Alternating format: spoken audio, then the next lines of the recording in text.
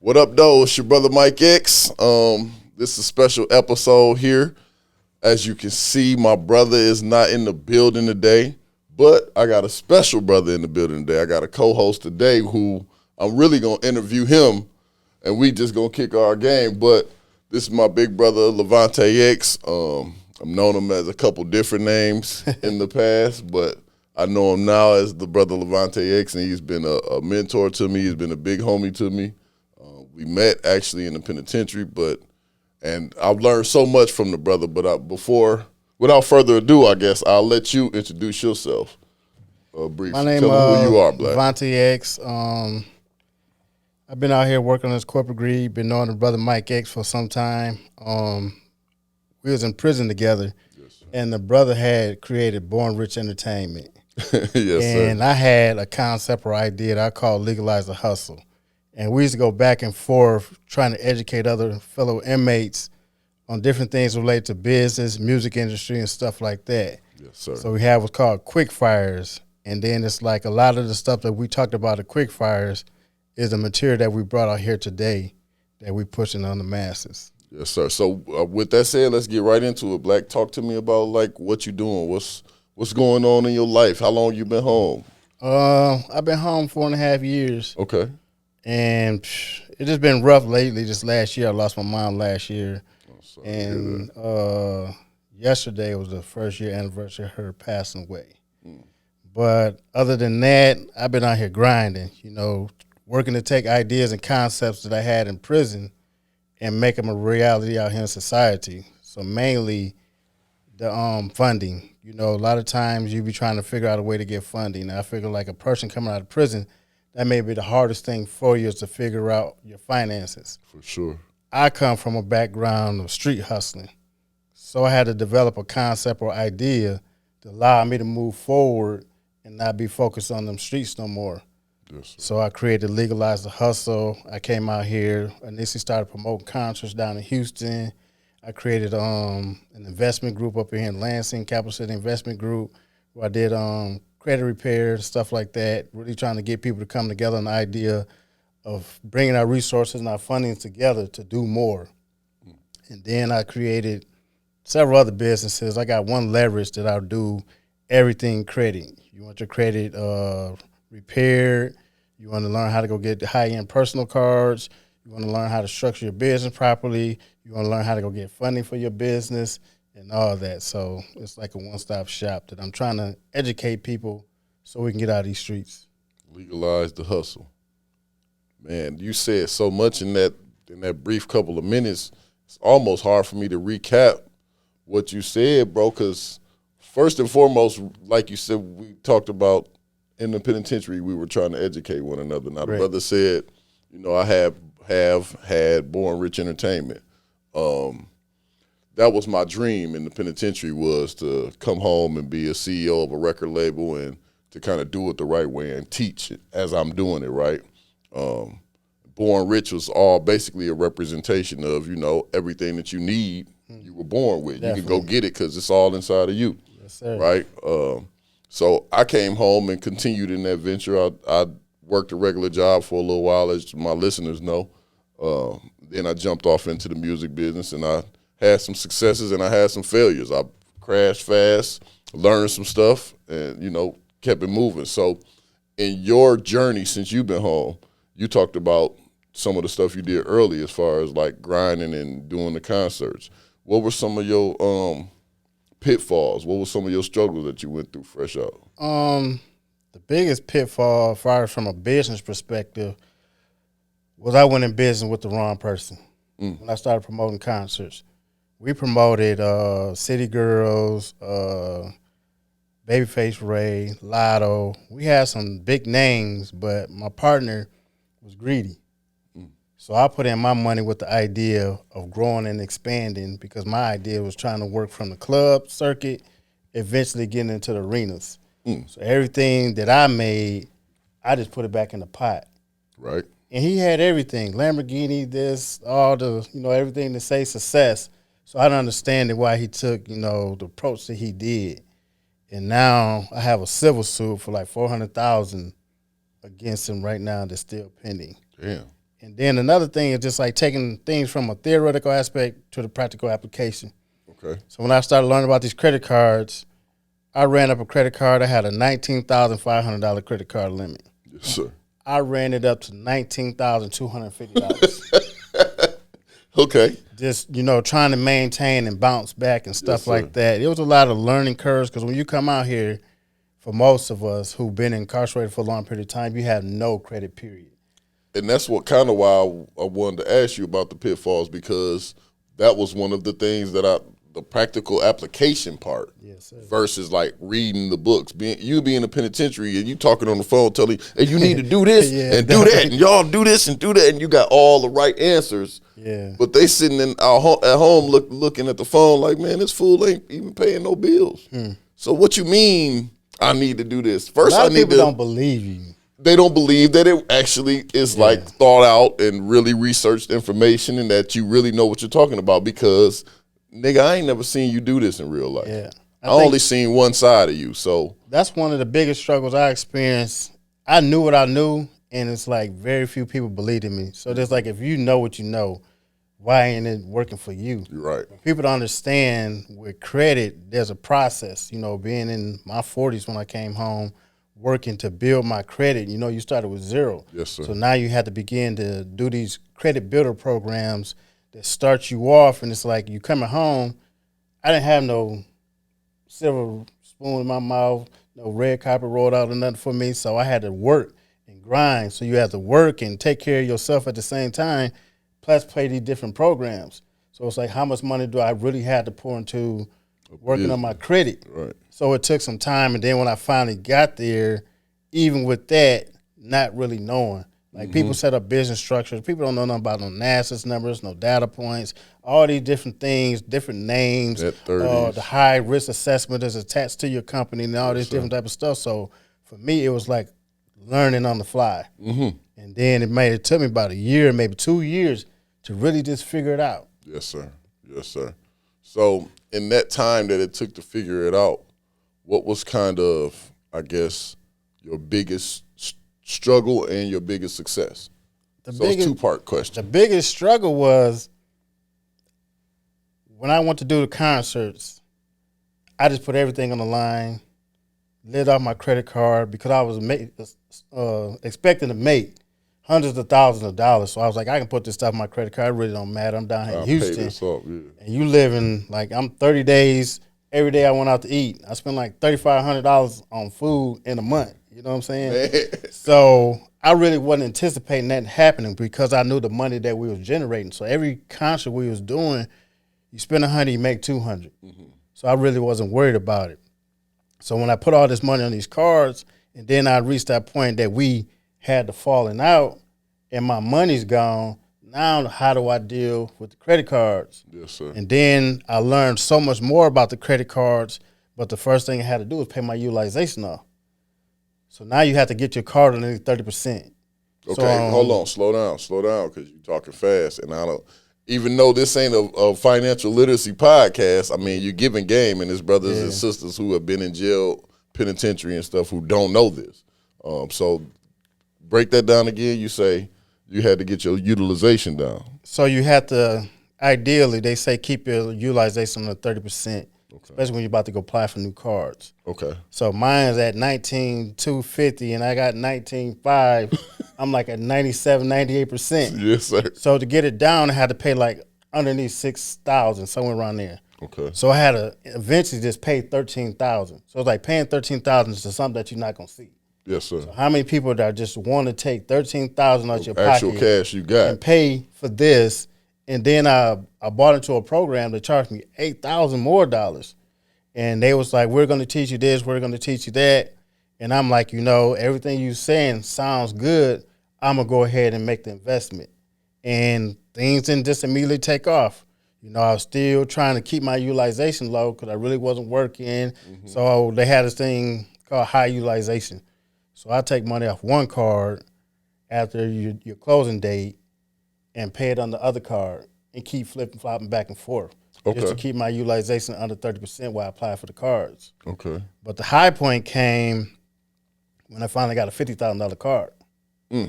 Right. So it's like I went from 0 credit to now working so hard to be able to have one credit card to say I got a $50,000 limit on it. Man, right. On the business side.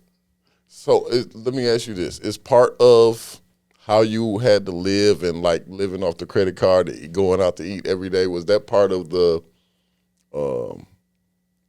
I guess the growing pains of coming home from the penitentiary?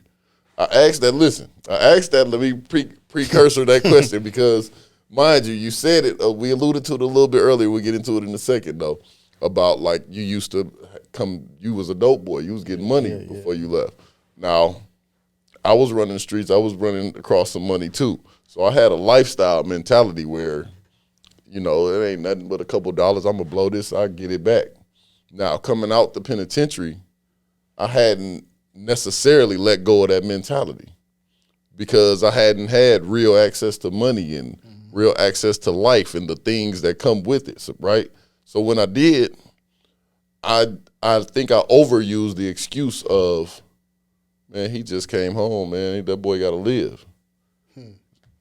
And when I say that, I mean like going out to eat too damn much, knowing that, man, I'm 30-something years old, I need to like budget right now. Yeah.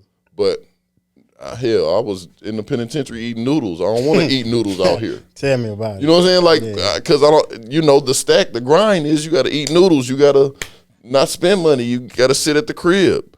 But damn, bro, I just did that for 15 years. I don't want to sit at the crib. I want to go to the mall. I want to go to the movies. I want to go. Life. Yeah, I want to go see some stuff. Even though I know that, bro, that ain't the best financial move. Yeah. The best financial move is to utilize the information that you gained while you was in there. But I think in this environment here in Lansing, it'd be so hard to take information and really make it applicable because there's so many barriers of entry in different fields that you want to go into. So like down in Texas, Houston, it's like everybody's an investor, entrepreneur. You don't have that spirit so much here. Right. And then it'd be like, going up in these banks. So I had my girl go up in the bank recently. They gave her $28,000 for a card. So I'm telling her, how I do it, the approach. So she go in there. They're telling her from a traditional standpoint of dealing with a traditional client. We're not your traditional client. We're credit stackers, so we going in here trying to run it up. So they get to try and tell her, well, you got this card, I think you should wait 6 months. I said, no, that ain't our game plan. Don't let nobody talk you off of what we doing. But they not used to the mindset that we had. So long story short, she didn't get the secondary card. I'm like, okay, call and get an increase. Called and got an increase. They gave her $10,000 increase. So the thing with Chase, if you have an old card and you got a new card, you can take your previous balance and roll it over to your new balance. And got a 0% starting all over again. Okay. So one of her cards expired with $11,000. She rolled it over, added $11,000 to the $38,000. Now she got a $49,000 card with 0% interest for a whole year.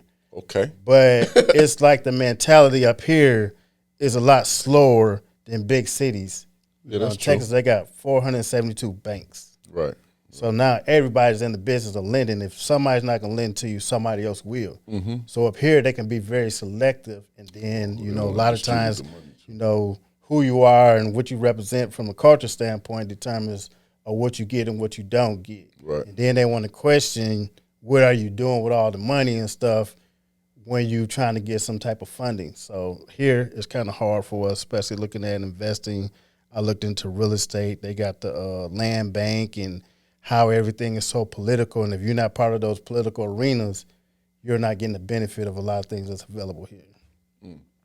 How have your felonies affected you in that line?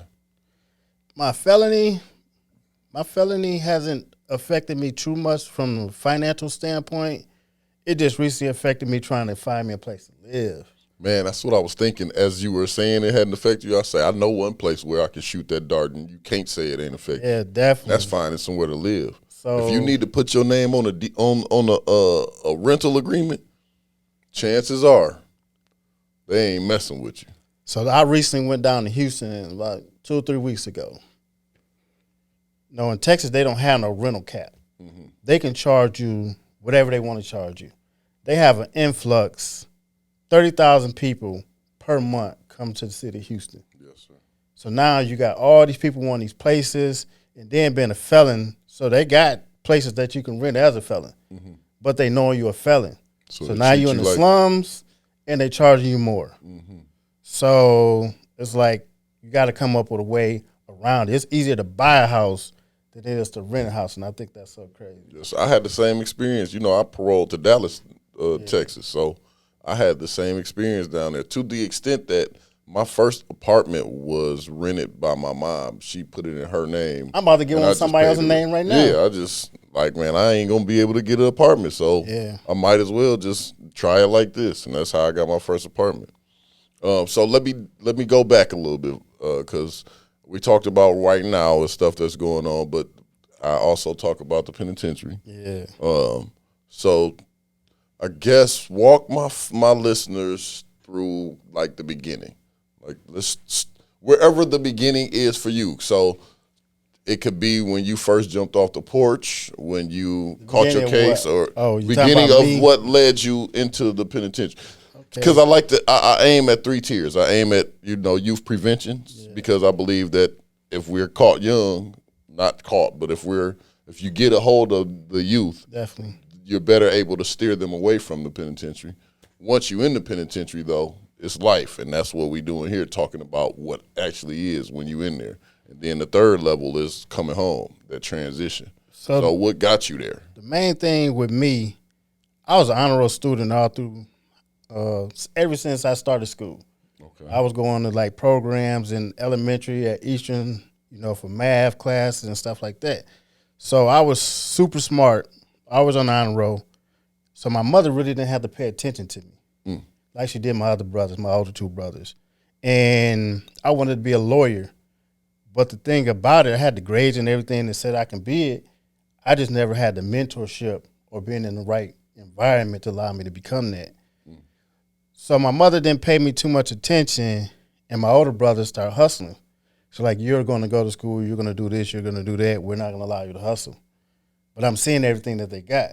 Right. So it's like, how you going to keep denying me? Y'all Right, got I everything, know it's yeah. and I'm cutting grass, got grass stains around my shoes. Yes, sir. So my brother right above me, he really didn't too much trip about that. It was my oldest brother. So I managed to cut some grass.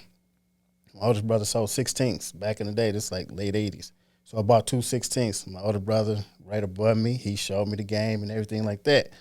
So long story short, I got good at it real quick. Like 15, 16, I was 6 figures, 18, couple $100,000. Because y'all was them like typhoon boys. Y'all was coming through here in the typhoons. We was getting it in, but I got robbed. Me and my partner got robbed when I was 15, like right before Christmas.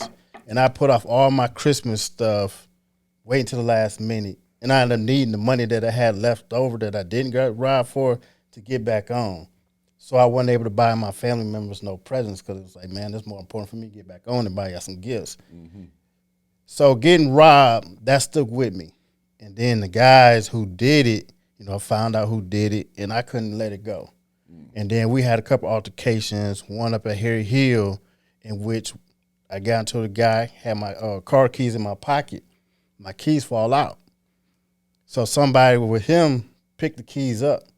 So they talking about calling the police. We run, we leave. My car, can't find the keys. I left it. Came back later on. Car was there, police was there. I left again, came back. Car was gone. Thought they may have impounded it. Long story short, the guy had one of his friends come up there and steal my car.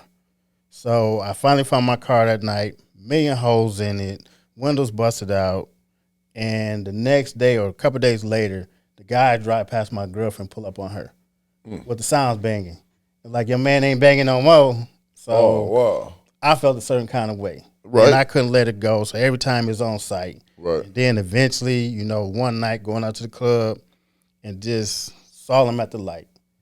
And didn't think about it or nothing like that. And I caught my case. To another, yeah. And I was around town for like a couple months, after it happened. And then I was going back and forth from Houston at a young age. So I was just down there making a trip. And I called my girl, like, come get me.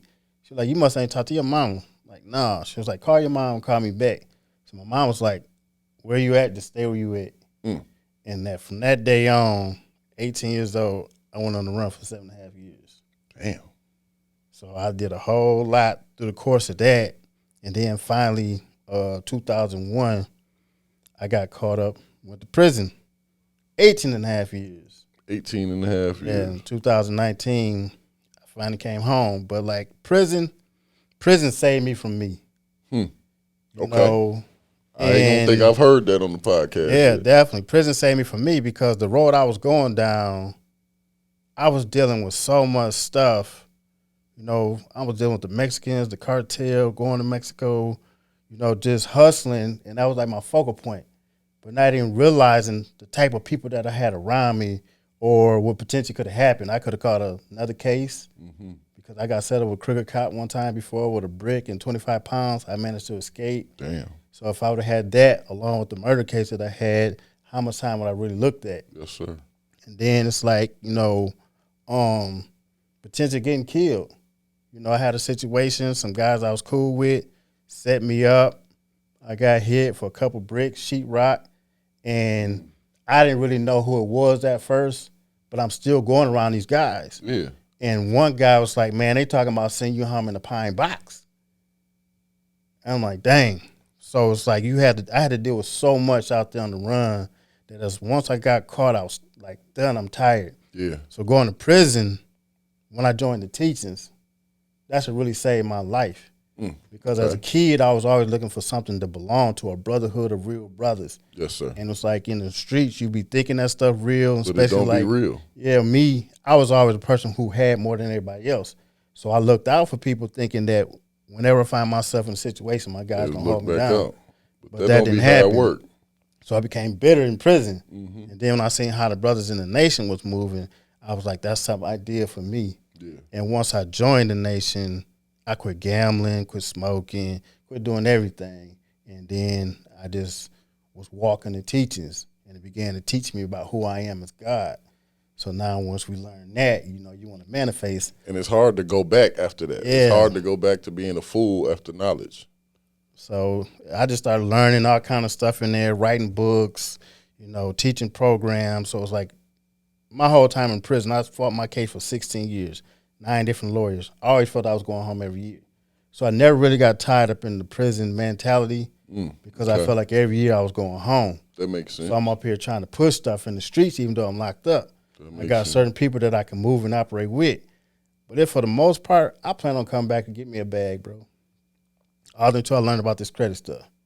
Okay, so that's literally one of my questions I was going to ask you. What was the thing that made you be like, all right, that ain't that. I'm not that guy no more.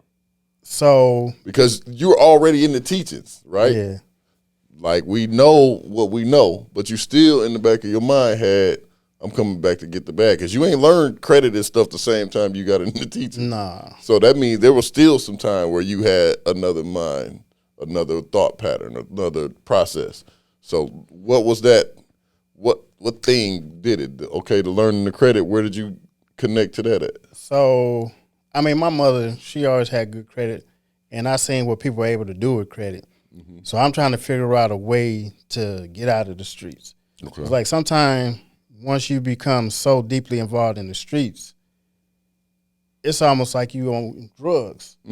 So I used to go to AA meetings and stuff like that, and I'm like, you know, the same way y'all addicted to drugs, I'm addicted to the lifestyle. And it's like I ain't known nothing else since 15. So when you touching millions of dollars, it'd be like, what else am I gonna do? I still love the idea, the concept of what I used to do, but that's when I had to come up with Legalize the Hustle. You still can kind of live the same life you did before, but now you're doing it legit. Yes, so sir. Looking like Birdman, Jay-Z, a lot of these guys, Jay Prince and stuff like that, I look at the money that they made illegally to the point of the money that they made legally. So I was like entertaining, straddling the fence of both ideas. Right. Because my idea was like, I had a plan, like it's going to take me 6 months to get my buying money, and I'm going to hustle for a whole year. 8.4 million was my outnumber. Once I get that, I have more than enough money to run the businesses the way I want to run them. But once I began to look at the credit, the banks are in the business of giving money away. Yes, so they have to give money away. They have to, yeah. If they don't give money away, they go out of business. So now it's like you just have to learn how to qualify yourself. So it's like, okay, I looked at it from the standpoint, the banks, you my new connect. So now in the same way I can go talk to these Mexicans, they may tell me you got a week or 2 weeks to pay on their money back.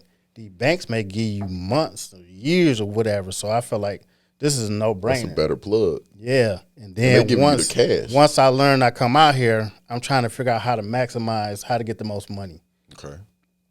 So I'm like, okay, I still got that drug mentality of multiple, trying to scale everything that you do. Mm-hmm. So I'm like, okay, I got one business. I can do this. So I'm thinking about how to get more. So I'm like, okay, all I got to do is create more businesses. So now I got 5 businesses. So my goal right now is to get a minimum $100,000 for each business. Okay. So that gave me $500,000. Then I had my girl go get 3 businesses. She do the same thing. We in control $800,000. So with the 0%, you pay your minimum. So just say you got $100,000. Your minimum payment on $100,000 is $1,000 a month.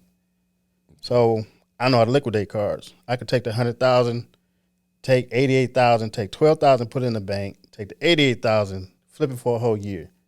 So if I can flip for a whole year and turn it into $200,000, it didn't cost me no money to make $100,000. Because you take the 12,000 and pay $1,000 a month. Yeah, I'm That's using hard. all their money. That's so hard. that's like your saying, like rich is gangster. Rich You is always gangster. say rich is gangster. Rich is gangster. So now it's like the real gangsters wear the suits. Yes, sir. So now it's like understanding the whole philosophy and where the whole concept of corporate America come from.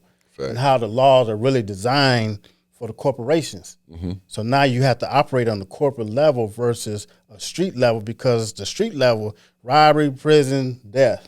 Immediately. So now that's where the whole legalize the hustle come with, and I be out here trying to push the agenda because it's where out here available for everybody. It just, a lot of this stuff we never been taught. So once you know better, you do better. And Right. it's like, I try to learn everything. I can sit in front of stuff for hours and just learn it, because the learning is not for me.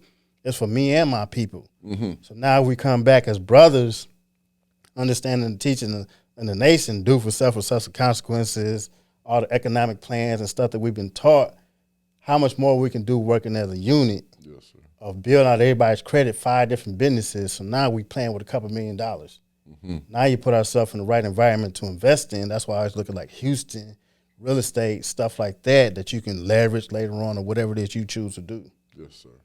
Yes, sir. Man, that was a quick $1 million plan. Yeah, that was like $1 million worth of game. Man, real I'm quick. out here trying to push it, brother. You should, as you should, because you wrote the Legalize the Hustle series and stuff in prison, right? So, yeah, I wrote the Legalize the Hustle. It was like what we talked about earlier, doing the quick fires. Mm-hmm. So I just took a series of quick fires and turned them into a book. Gotcha. And then from a book, I made a program. So the goal with the program was take it back in prison. Yeah. Because we done did a lot of programs, and we see a lot of programs are not really catered to us, or the people who teach it don't know how to really teach to our people. Mm-hmm.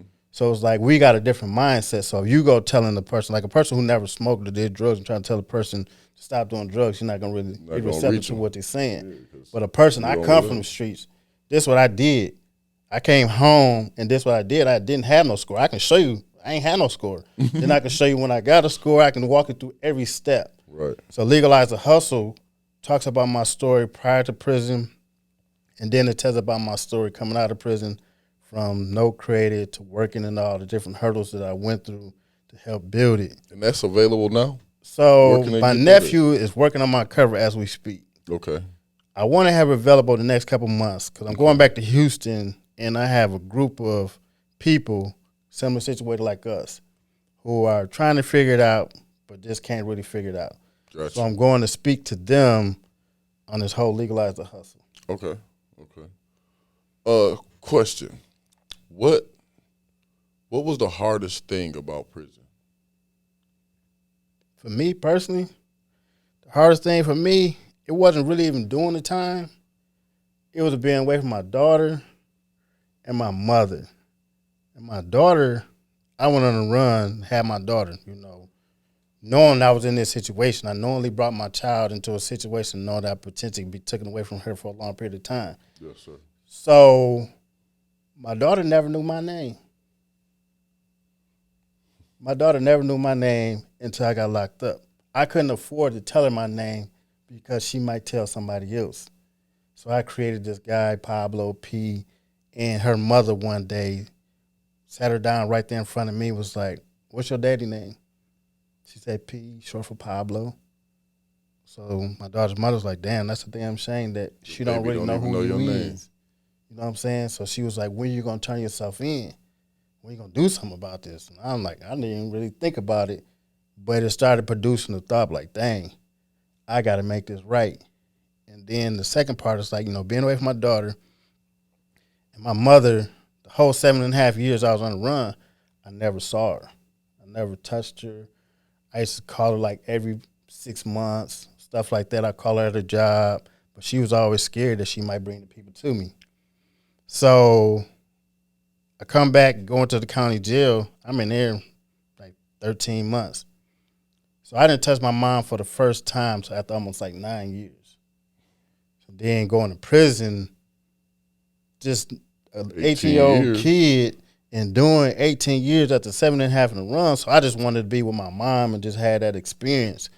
So it's a blessing for me to come home to have the almost 4 years that I did, with her to create those memories. Yes, sir. Now I probably would have went crazy. Man, listen, I completely understand. I call my mama every day. And like, it's because of my time in prison. Ain't no question about it. I was in there all of that time. I left at 18. I was in there 15 years.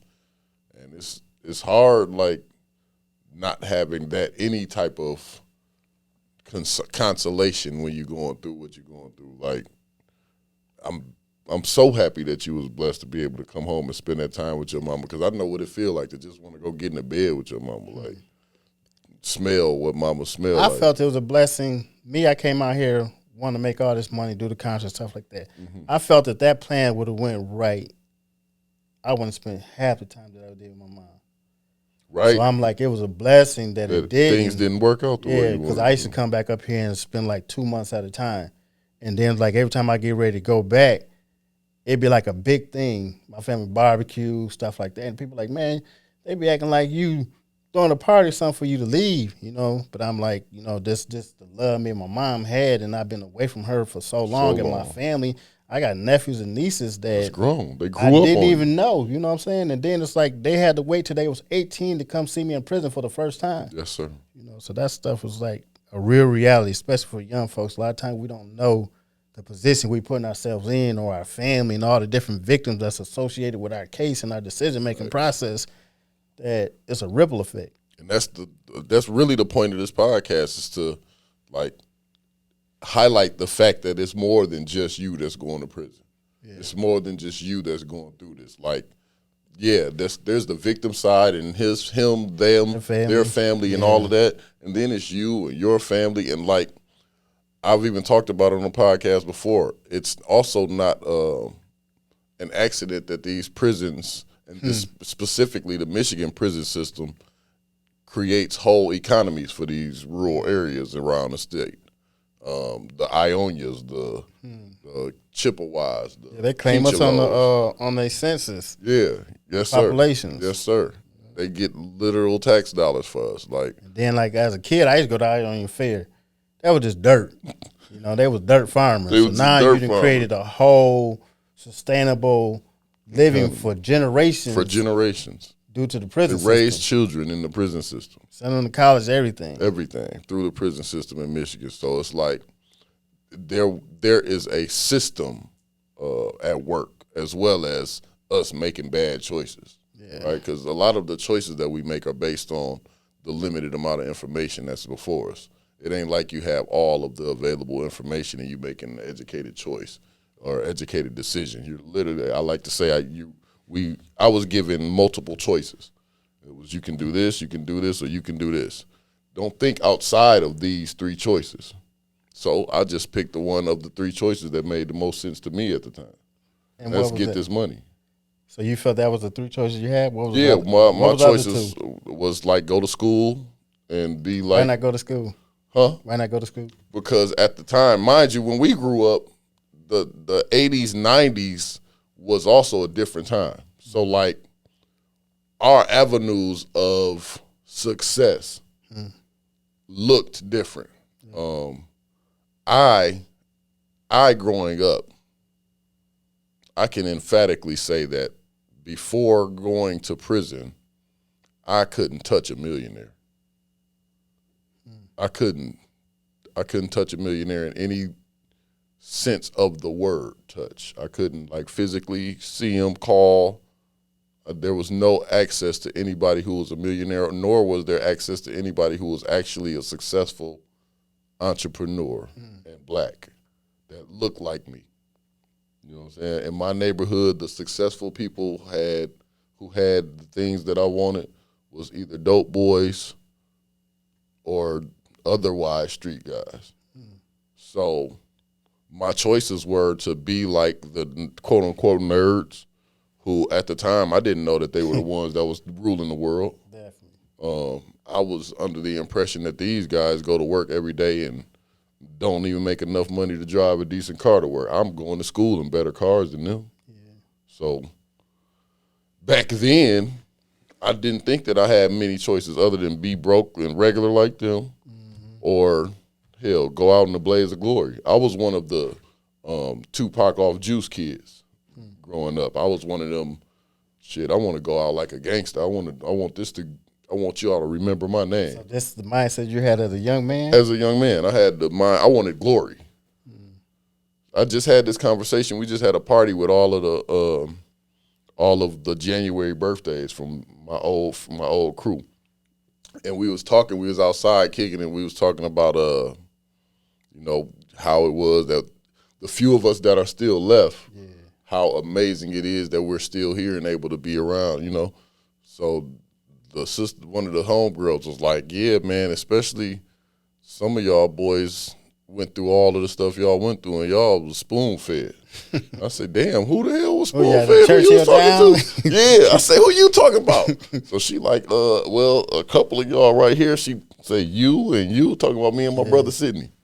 And I was like, well, that's funny, because I can understand that. Back then, I took offense to it. It was like, spoon-fed, man, I'm harder than all of y'all out here. Like, y'all, that's crazy. But thinking back on it as an adult now, I know what the spoon-fed means. It means my mother did a good job of taking care of us. So it looked like my household was better than it was. At the same time, I also am the one in the neighborhood who daddy is the crackhead. Yeah. Everybody know my daddy get high. Yeah. So like everybody seen my mama chasing and fighting my daddy and all type of stuff going on in my life. I had a whole lot of other things going on. Money wasn't a motivator for me. Did it get to the point like I felt as a young child growing up that it came a point in time that your mother couldn't necessarily buy you the stuff that you really wanted for yourself? That was facts. But so that's what I'm saying. My motivation wasn't money, though. It wasn't money? My motivation in the streets wasn't money. My motivation in the streets was glory. I had something to prove because I didn't have my father to give me the confidence that I needed. I believe strongly that a male figure, a male presence in a young man's life gives him confidence. I watch my nephews. I got 2 nephews. Their father, just being in their lives, gives them the confidence to, man, I ain't doing what y'all doing. Y'all niggas tripping. That's stupid. I didn't even have the confidence to, when I know something stupid, say, hey, bro, that's stupid. Because now I'm going to look like I'm the soft one. Yeah, definitely. And I ain't soft. I'm crazier than everybody out here. Dog. Yeah. And that's literally how I got that nickname, is because my intention was to get out here and make sure y'all know I ain't softer than y'all. Y'all all softer than me. I'm going to be the hardest one in the crew. I'm going to be the craziest one. I want the glory.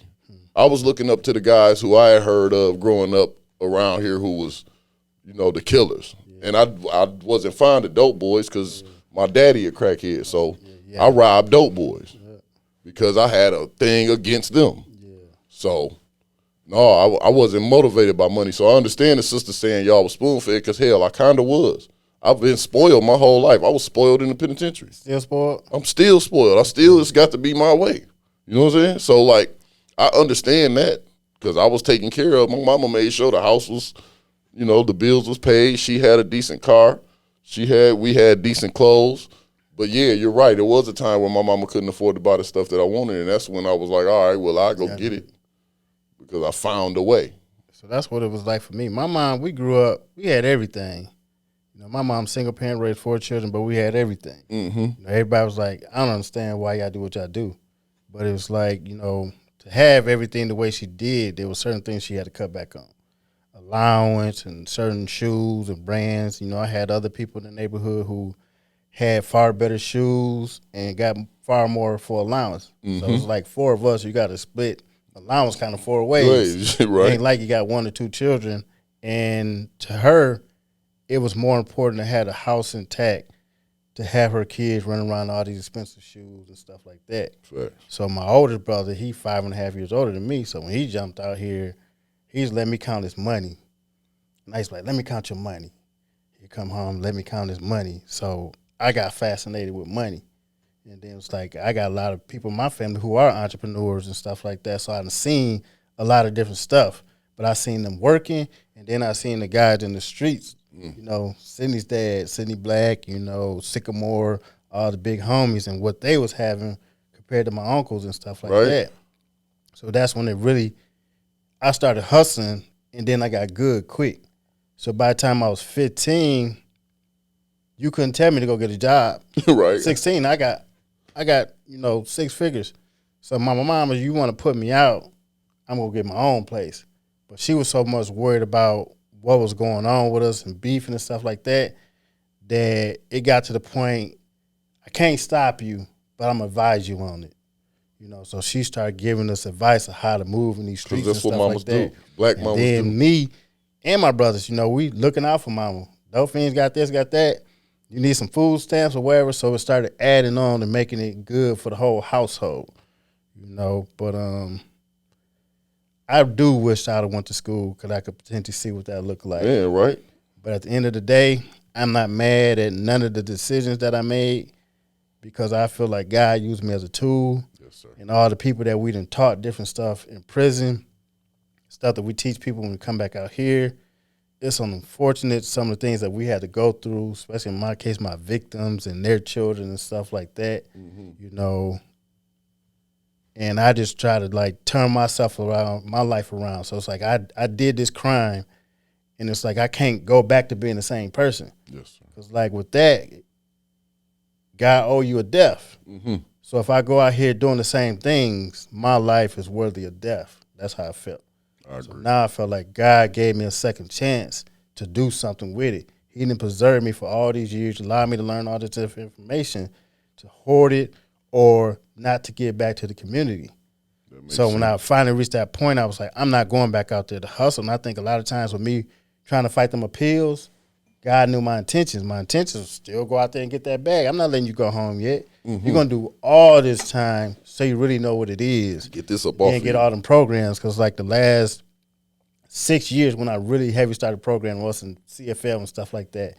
So it's like once you teach certain things and you continue to teach it, the first person you talk to is yourself. Yes, sir. So when I'm teaching this stuff, I'm talking to myself first. Yes, so if I'm teaching you critical thinking and all this stuff for years and years and years, after doing it for like 4 or 5 years, I should be a great critical thinker. So now I'll be like, okay, you got to be able to weigh your pros and cons. You set your goals, anticipate consequences, all these different things. Yes, sir. To know, it's like before I make this move, how it's not only going to affect me, but everything around me. So now I'm like, I can't do it, even if I may want to do it. Right. And then it's being there's a thing called practice through patience. So you're being patient, but you continue to practice on what you want. So that was the thing with me and credit. I had to practice through patience till I got to the point that I really understand it. It's like now you can get your money because your mind is right. Now you get money too soon and your mind not right, then you potentially can create havoc. Yes, so you can be the God, it could be a devil. Yes, sir. So I'd have been a devil long enough. I'd have been a devil long enough.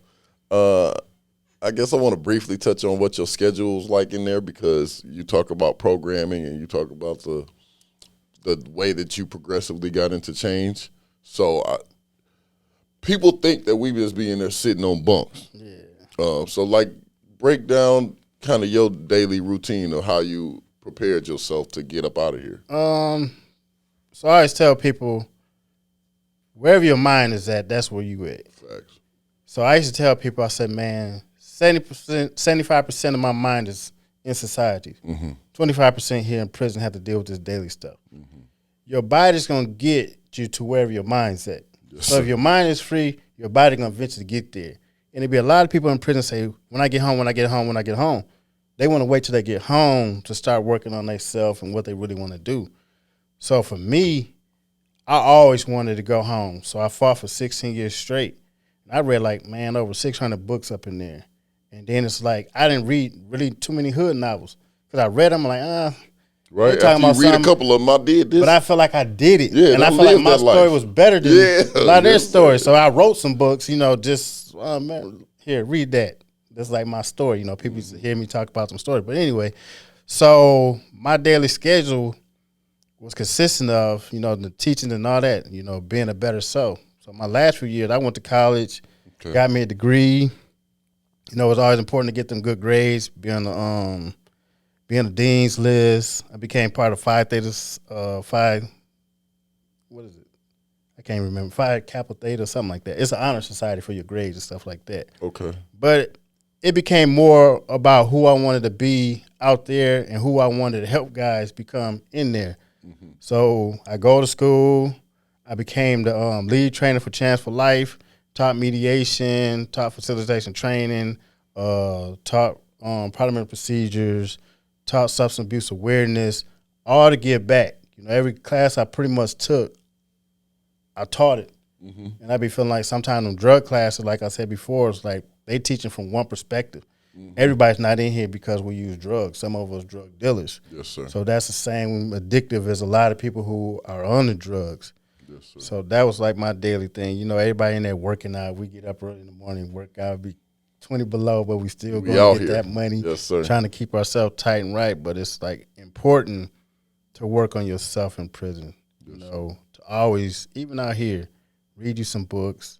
Always have a strong concept of self.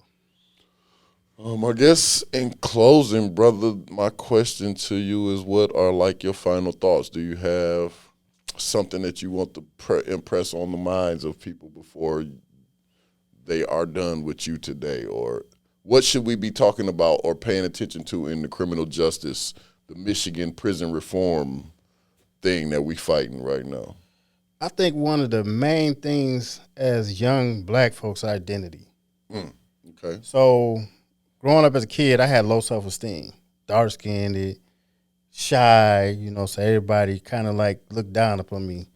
So it was like when my brother finally gave me my nickname, Money Grip, just like your name, Old Dog, that meant something to you. Mm-hmm. So it brought out this alter ego or this other person within you. Mm-hmm. And then you identify with how people identify with you. Right. So now people are gravitating towards you a lot more than they was as the other person.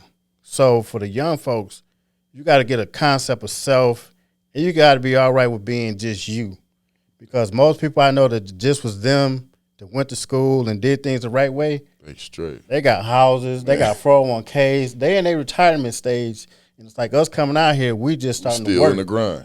So I can't afford to come out here and get a job. So that's another reason why I work to become an entrepreneur. But, just taking the time to give yourself time is the most important thing I think possible. Watching who you hanging out with, and then just knowing who you want to be. Have a vision for your life and for yourself. Even coming back home after all this time, still having a vision for yourself. Yes, sir. Because I done seen people come home and go right back, and I've seen people come home in less than 2 years, end up dead. Yes, sir. So a lot of stuff, delayed gratification, you just got to wait it out till it's your turn. Yes, sir. With that said, man, I appreciate y'all tuning in. This was probably one of the top episodes. This one going to get ran up. The number's going to get ran up. Brother, I appreciate you coming and spending some time with me. I'm always here, man. For the brothers, anybody, whatever, hit me up. Rafe Life P on Instagram, the Vonte Artist on Facebook. I'm promoting this Legalize the Hustle. You're trying to tap in and get some information that can help you, your family, anybody. Get with me. This business stuff, they got this money out here. It's called corporate America. We need to understand this dynamic because people are not teaching financial literacy or really teaching it well enough to get ahead. Mm-hmm. For the most part, we become self-employed, not business owners where our business can work on its own. Yes, sir. Yes, sir. Hey, man, one thing I add to the financial literacy, we got to get past that step of just literacy and get to the point of actual comprehension. Because literacy is just knowing ABCs. I want you to now be able to form sentences and be able to make some motion with this information. But with that being said, man, me and you we're gonna have to do this some more. Yes, sir. I appreciate y'all for listening, man. It's your brother Mike X, Free the Real.